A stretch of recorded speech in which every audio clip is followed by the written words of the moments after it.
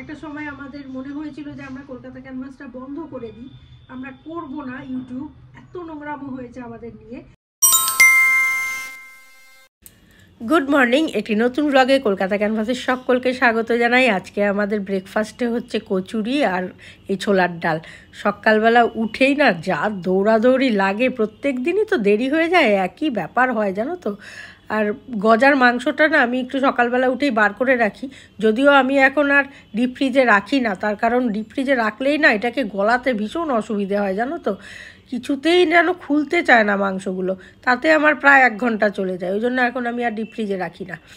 আর একটু বাঁধাকপি করব আজকে, সেই জন্য মানে একটা মাছের মাথা আছে, তো ওই জন্য আমি ভেবেছি যে বাঁধাকপিটা আজকে মাছের মাথা দিয়েই করব। মাছের মাথাটা না অনেক দিন ধরে পড়ে আছে, কি করব কিছুই পাই না করতে।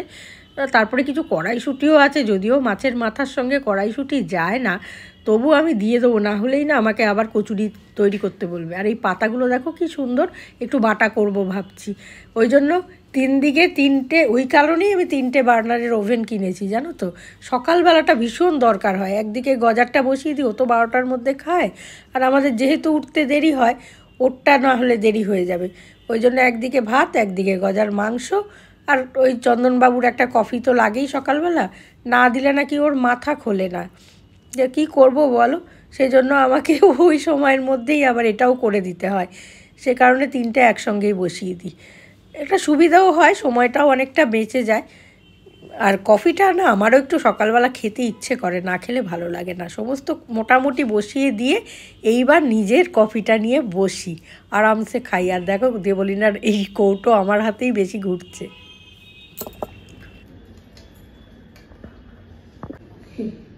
দেখছো কি অবস্থা, কত কমে গেছে দেখো, কতটা ছিল। কিন্তু বলবো না মিথ্যে কথা, আমি বেশিরভাগটা খেয়ে নিয়েছি, ঘুরে ঘুরে খাচ্ছি, হেভি লাগছে। আমার তো জানো তো এটা নষ্ট হয়ে গেল, এই যে এগুলো না বেশি দিন থাকে না, সুস্মিতা দিকটাও বলে নষ্ট হয়ে গেছে, মানে আলোটা জ্বলছে, কর্পূরটা আর বন্ধ হচ্ছে না, উঠছে না। আজকে সকালবেলা সকাল সকাল উঠেছি, দাঁড়া এই মা, সকালবেলা সকাল সকাল উঠেছি, উঠে টুটে ঘর ঝাড়টার দিয়ে আবার শুয়ে পড়েছি, কারণ তখন কেউ ওঠেনি তো কী করবো। কালকে বাঁধাকপিটা রাত্রেবেলায় কেটে রেখেছিলাম বলে আমার আজকে চাপটা কম, ওই জন্য। কালকে আমাদের ছোটোবেলা দেখতাম, আমাদের পাশের বাড়িতে এক বৌদি ছিল, মানে যেখানে যাই আমি বলি না যে পাশের বাড়িতে আমি মানুষ হয়েছি, ওই বৌদি আর কি, ওরা সন্ধ্যাবেলা না টিভি দেখতে দেখতে দেখতাম সব সবজি কেটে রাখতো, আর পরের দিন রান্না করতে সুবিধা হতো। কালকালাম না, চন্দন করলাম নিয়ে আসো এখনই বাঁধাকপি, আমি এখনই কেটে রাখবো। ফুচকা টুচকা খেয়ে দারুণ মজায় চলে এসেছি, বুঝতে পেরেছো তো, এনার্জি বেড়ে গেছে, বসে বসে কেটে নিয়েছি কালকে। আচ্ছা বলো, এই সব খাবে, আমি যা খাবো?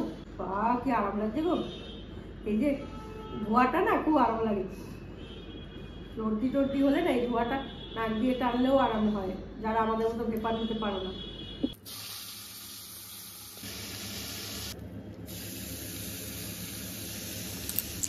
বাঁধাকপিটা আমি প্রথমে একটু ভাপিয়ে নিয়েছি, যেরকমভাবে আলুটাও সাথে না ভাপিয়ে নিয়েছি জানো তো, নয়তো আলুটা আবার সেদ্ধ হয় না, সে কারণে একসঙ্গে ভাপিয়ে নিয়ে একটু ওই জিরে আদা কাঁচা লঙ্কা বাটা দিয়েই করব, জিরে ফোড়ন যেরকম হয় সেরকমভাবেই করব।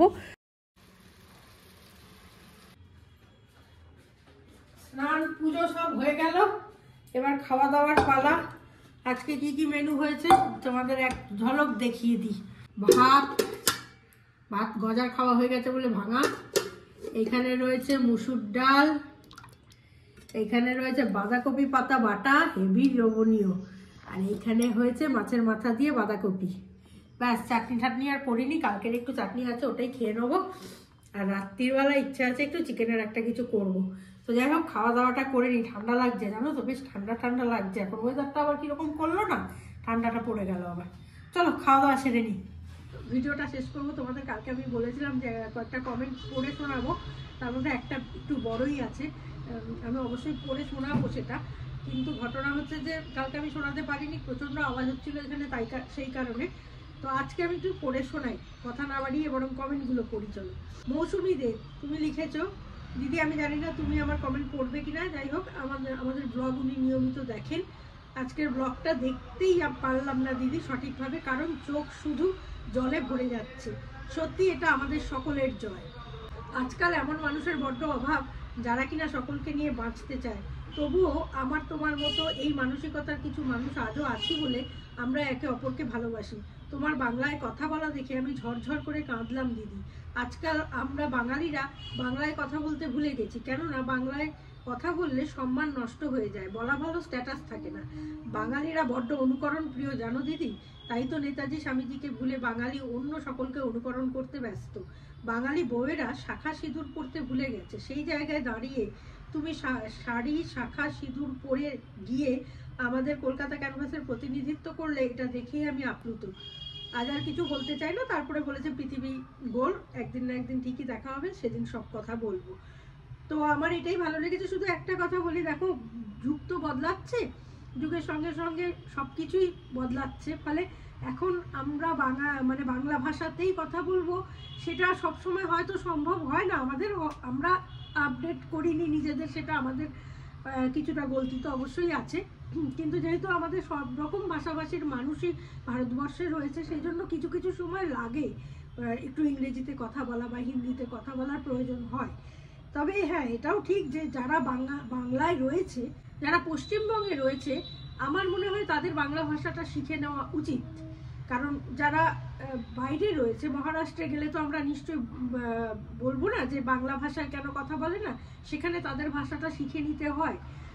তো সেরকমই যারা পশ্চিম বাংলায় রয়েছে, সেটা যদি অন্য ভাষাভাষীর মানুষও হয়, আমার মনে হয় আমাদের এই গার্ডসটা যদি থাকতো যে আমরা বাঙালি বাংলাতেই কথা বলবো, তাহলে হয়তো আমাদের দেশে অ্যাটলিস্ট যতক্ষণ থাকছি বাংলাতেই কথা বলতে পারতাম। যে ব্যাপারটা বাংলাদেশে ভীষণভাবে আছে, এটা আমার ভীষণ ভালো লাগে। আমি মৌসুমীর উত্তরে আমার এটাই মনে হলো বলবার ব্যাপার ছিল, বললাম। আর কিছু কমেন্ট আমি পড়ি, সেটা হচ্ছে পাল রূপসা, রূপসা পাল, তুমি লিখেছো তোমার সিম্পলিসিটি আর দাদার সাথে তোমার কেমিস্ট্রি দারুণ লাগে। তোমাদের ব্লগে কোনো রকম মেকি ব্যাপার থাকে না, আর ভীষণ সফিস্টিকেটেড অ্যান্ড রুচিসম্মত, অসাধারণ। তোমরা আরও এগিয়ে যাও, এটাই প্রে করি। আমার কাছের পরিবার, গজার পরিবার, ভালোবাসিস তোমাদের। এটা আমি পড়লাম এই কারণেই যে আমি তো পরিবার বলি, তো সেই জায়গা থেকে পরিবার ভাবাটা আমি যে ভাবাতে পেরেছি তোমাদের এতটুকুও, সেটাই আমার কাছে অনেক। শিবাজি যেটা লিখেছে সেটা আমি একটু পড়ছি একটাই কারণে, আমরা তো আছি তোমাদের যৌথ প্রচেষ্টা সবকিছুর ঊর্ধ্বে, আজ সব অপমানের জবাব দিয়েছো, খুব ভালো থেকো।